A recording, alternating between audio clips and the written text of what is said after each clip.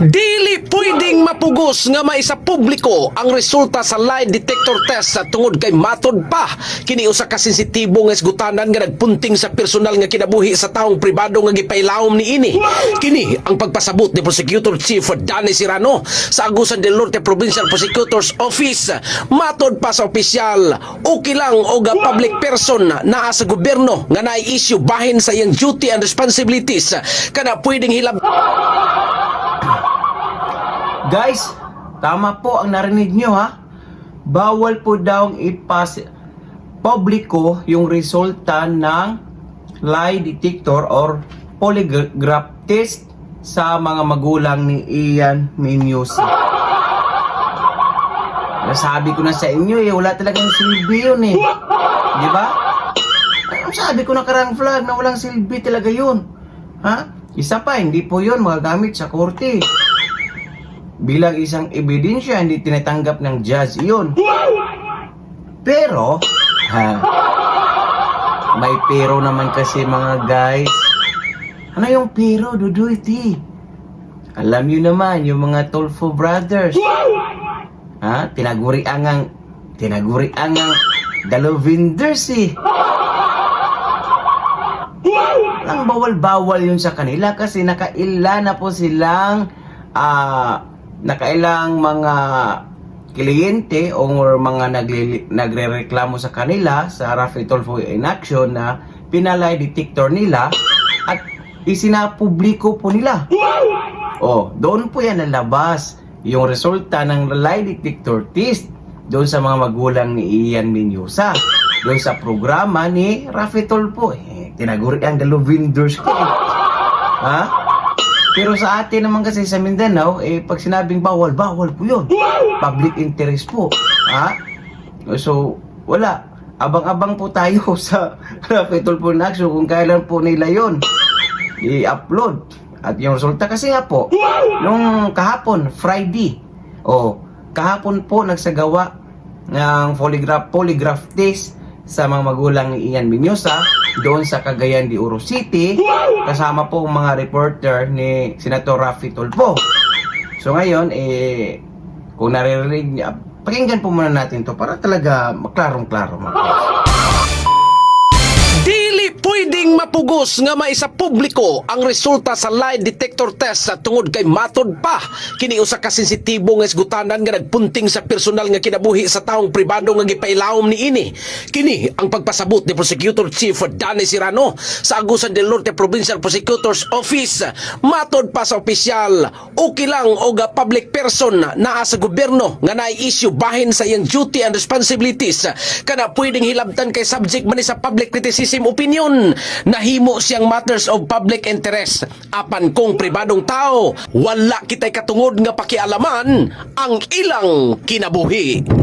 Pero kung private matters sa private person, sulod siyang panimalay sa iyang pagkatao, sa iyang pagkasakit, sa iyang mga medical conditions, kanang mga lie detector test, polygraphic testing, highly sensitive information, dili gid na siya dapat isgutan sa publiko kay ma-violate ang Data Privacy Act. Nag-away mo sa imong asawa, sa inyong pamilya, ang imong personal nga mga defect sa tao, I-post. siya angay nato i-post. Kung moingon ta nga kaning tawhana kita ako way sa tuli, ayaw ng personal, highly sensitive matter sa pribado sa pagkatao. Klarong-klaro, sa hindi po nakakaintindi ng Bisaya, sabi po ng isang attorney, judge, na bawal po daw isa publiko. Public interest po daw. Gaya ng sinasabi natin kanina, walang bawal-bawal yan pagdating sa Rafi Tolfo in action. Opo, talagang ilalabas nila yung mga resulta na yan. Kasi nga po, gumastos po sila sila pong gumastos yan. Pagkain, pamasahe, lahat-lahat. Natural, ilalabas nila yan. Pero, alang kwenta sa korte yan. Sa programa lang nila. Gaya na, naman sila sabi nung city director dyan sa City of Butuan na yung resulta niyan ay hindi accurate. Ang resulta ng polygraph test, mga kuis, mga guys. Well, ang maganda talagang abangan nito mga quiz mo guys, no? Alam nyo kung ano?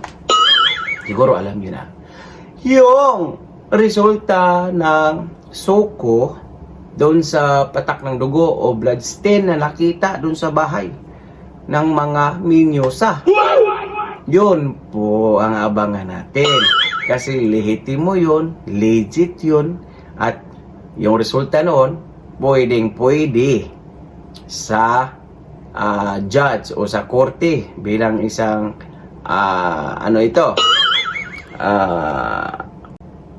bilang isang ebidensya.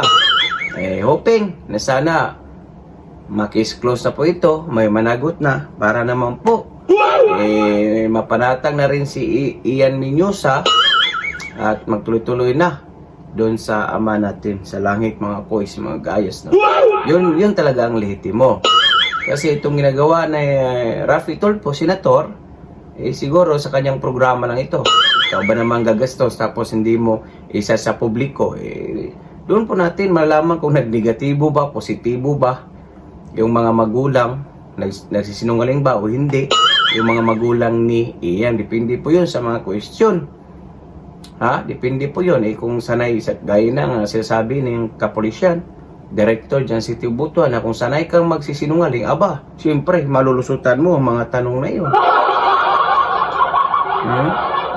Pag hindi ka pagpapawisan, kasi nga po, kinukuha lang po yun, depende po yun sa gesture yung katawan, pagpawisan ka, kakabahan ka, tataas yung blood pressure mo, kung sanay ka naman, paano magbabago yung vital sign kung sanay ka sa pagsisinungaling mga coach, mga gayas. So abangan lang po natin, antayin po natin yung resulta ng SOCO. Hindi po natin alam kung kailan, siguro ginawa po yung laboratory noon sa Davao mga coach, no? Kasi nung pag-DNA sa katawan ni Ian Minyosa, doon po pinalaboratory po ng suko doon sa Davao City mga coach, mga gayas. So abangan lang po natin, 100% sigurado na ilalabas po ng Raffy Tulfo in Action yung resulta ng lie detector test or polygraph test mga coach, mga gayas. Ay komento po na yung mga opinion o reaction sa comment section ng ating video. Alam nyo, na-appreciate ko lahat ng yung mga komento o reaction na binabasa ko po iyon. Shoutout po sa ating lahat. Kung umabot lang po kayo sa dulo ng ating video, may karapatan po kayong mag-like, share, and subscribe. At mayroon din po tayong Facebook page official na Dudoy T 2.0 YT at ito po ang ating YouTube channel na Dudoy T. So for now, I'm gone. God bless all. Peace. Bye-bye. Ingat po kayo lahat. Have a blessed.